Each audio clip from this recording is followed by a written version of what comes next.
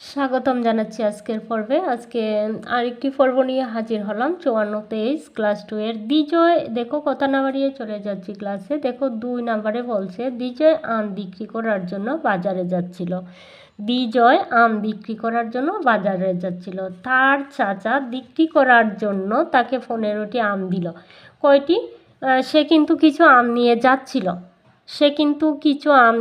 যাচ্ছিল। তারপরে কি হলো? তার চাচা কিছু আম, তো আমরা আর জানি না কয়টি আম।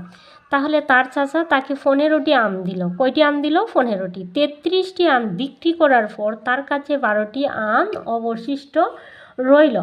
তার কাছে প্রথমে কতগুলি আম ছিল? 33টি আম বিক্রি করার পর তার কাছে কতটি আম রইল? 15টি আম অবশিষ্ট রইল।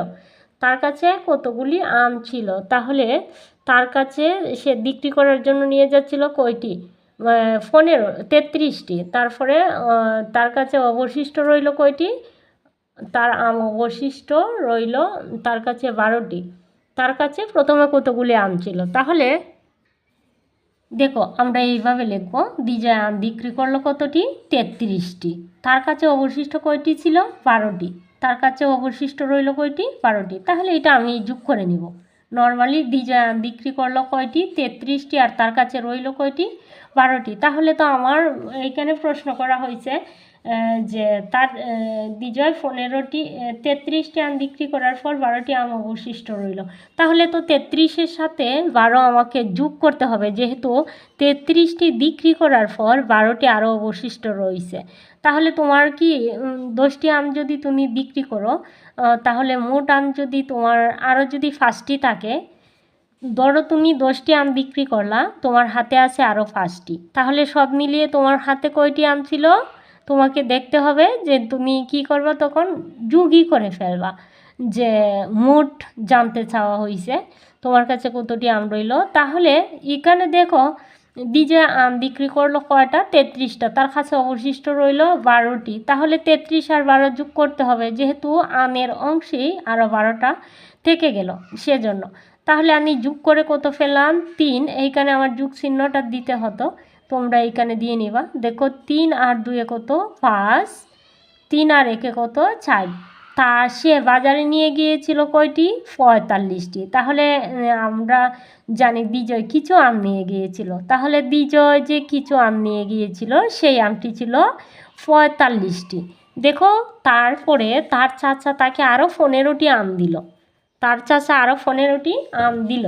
এই যে এখানে লেখা আছে, দেখো, তার চাচা বিক্রি করার জন্য আরও 15টি আম দিলেন। তাহলে আমরা আবার দ্বিতীয়বার, প্রথমবার এই স্টেপটা লেখার পরে আমরা আবার কি করব? আবার লিখব চাচা দিয়েছিলেন কয়টি? 15টি। তার কাছে প্রথমে ছিল কয়টি? 45টি। তাহলে তার অবশিষ্ট কয়টি থাকলো? তার চাচা দিয়েছিলেন 15টি, তার কাছে প্রথমে ছিল কয়টি? 45টি। তাহলে 15টি থেকে যদি আমি 45টি থেকে যদি 15টি বাদ দিয়ে দেই, তাহলে তার কাছে আম ছিল প্রথমে কয়টি? 30টি। তাহলে উত্তর কত? 30টি। আমি আশা করি তোমরা এই অঙ্কটা সহজেই বুঝতে পারবা। আমি তৃতীয় দেখো, তোমরা একটু বোঝার চেষ্টা করো। জলিল সাহেব বাজার থেকে 100টি লিচু ক্রয় করলেন। দেখো, জলিল সাহেব কিন্তু 100টা লিচু ক্রয় করলেন, কিনছেন, ঠিক আছে। বাড়িতে এসে 25টি মেয়েকে দিলেন, 23টি ছেলেকে দিলেন। তাহলে আমরা কি করব? প্রথমেই 25 আর 23 একত্র করব, যে তার মেয়েকে কতটা দিছে, এখন তার কাছে কয়টি লিচু থাকলো। তাহলে এখানে বলা হয়েছে মেয়েকে দিলেন 25টি আর 23টি দিলেন ছেলেকে। তাহলে ছেলে ও মেয়েকে কয়টি দিলেন? এতটি, যতটি দিয়েছে। এখন দেখো দিয়েছে, এখন তার কাছে কতটি থাকলো? তাহলে ছেলে আর মেয়ের যে অংশটি ছিল সেটা আমরা যোগ করব। যোগ করে এই যে উনি 100টি লিচু আনছে, তাহলে এই 100টির সাথে বিয়োগ করব। তাহলে আমরা পেয়ে যাব তার কাছে কতটি লিচু থাকলো। দেখো, এখানে আমি সাজিয়ে নিয়েছি। আগে মেয়েকে দিলেন কতটি? 25টি। ছেলেকে দিলেন কতটি? 23টি। আমরা এইভাবে করে অঙ্কটা করব।